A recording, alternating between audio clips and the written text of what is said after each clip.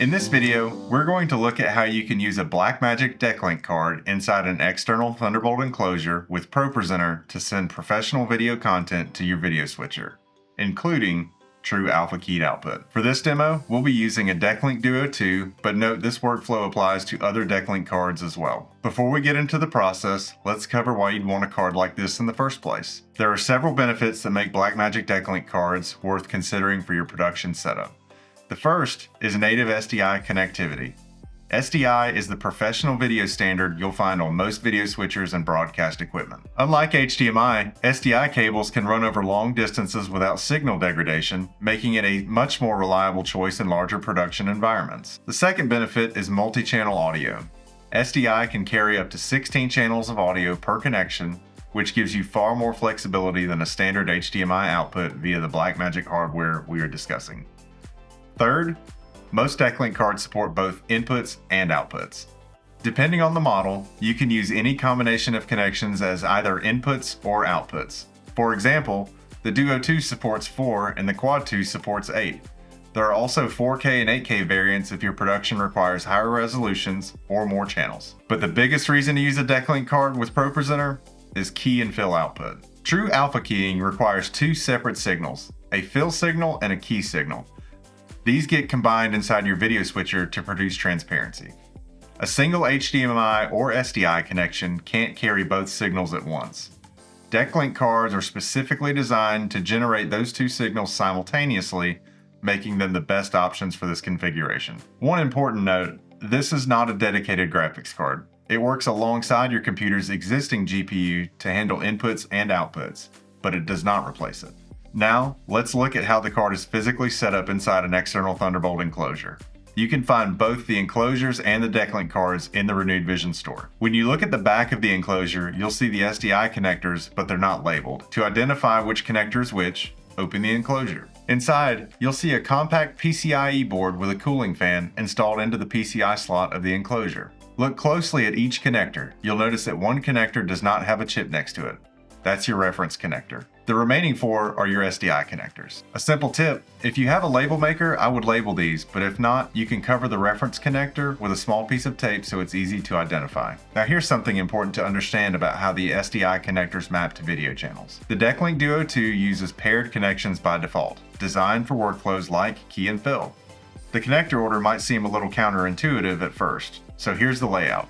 Connector 1, video channel 1, paired with connector 2. Connector 2, video channel 3, paired with connector 1. Connector 3, video channel 2, paired with connector 4. Connector 4, video channel 4, paired with connector 3. So the pairing goes, connectors 1 and 2 form the first pair, and connectors 3 and 4 form the second pair. These pairs are what allow you to send key and fill as two separate signals from a single video channel. You can break these apart and use all four as independent connections if needed, but paired is the default, and it's what you'll want for alpha keying. Next, download and install the Blackmagic Desktop video application. You'll find this at blackmagicdesign.com/support under the Capture and Playback heading. This is what you'll use to configure the card and manage your video channels. Make sure to enable all of the security settings that are prompted. They are under Login Items, Extensions, Blackmagic Desktop Video Driver Extensions. Enable all that are shown. Once installed, open the app. The Decklink should be recognized automatically. Switch to the list view and see all four video channels. In this case, it's Decklink Duo 1, 2, 3, and 4. Labels, by default, are shown as Decklink Duo with a number beside them. Click into the configuration for channel 1. Under connectors, you'll see that it's set to use connectors 1 and 2 together. That's your paired key and fill connection. Channel 2 will show connector 3. Channel 3 will show no connector assigned, because connector 2 is already paired with channel 1. Channel 4 will show connector 4. This reflects exactly the pairing layout we covered earlier. If you want independent connections instead of paired ones, you can reconfigure this here. But for key and fill output, leave channel 1 set to the paired connector configuration. For inputs, no frame rate configuration is needed. The card will automatically detect whatever signal is being sent into it. Now, let's set everything up inside of ProPresenter. Go to Screens and open Configure Screens. For your main output, change the hardware source from its current setting to Blackmagic.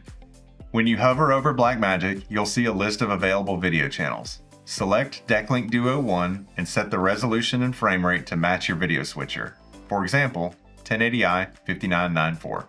Once the output is selected, an Alpha Key tab will appear. Under that tab, you'll see a drop-down labeled Alpha Type. For Blackmagic switchers, we will choose PreMultiplied as this is the default, but you can choose straight if using other switcher manufacturers like Ross.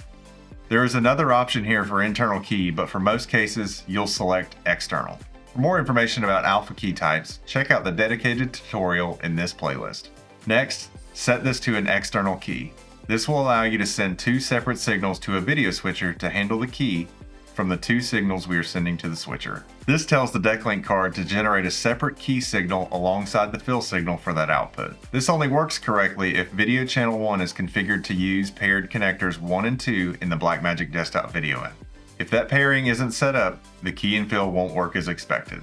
If you want to bring a live video signal back into ProPresenter, like the program out of your video switcher, you can set that up as a video input. Go to ProPresenter settings and select the inputs page. Add a new input and select Decklink Duo Channel 2.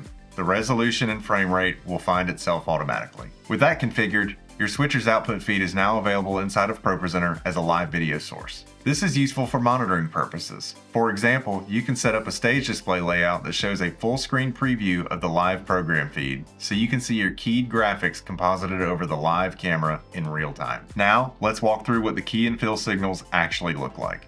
If using a PreMultiplied key, the fill output on your switcher will appear as a normal graphic, exactly as you'd expect to see it on screen. When you look at the key output, it appears as a grayscale version of the same content.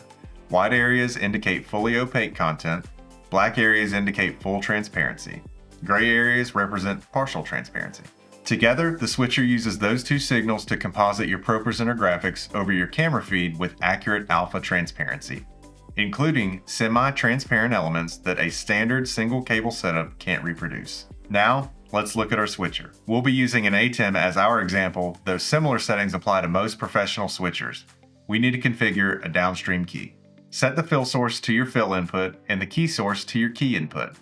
When the downstream key is on air, your ProPresenter content will appear as a properly keyed overlay over your live video.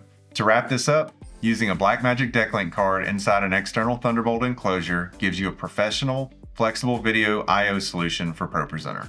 With it, you can send native SDI signals to professional video switchers, carry multi-channel audio over a single connection, use a combination of inputs and outputs, and generate true key and fill signal for alpha keying inside your switcher. Whether you're using the Duo 2 like we did in this demo, or scaling up to a Quad 2, or even one of the higher end models for more channels or higher resolutions, the core workflow is the same. All of these cards are available in the Renewed Vision store. For more ProPresenter training, check out the other tutorials in this series. Thanks for watching. We'll see you in the next video.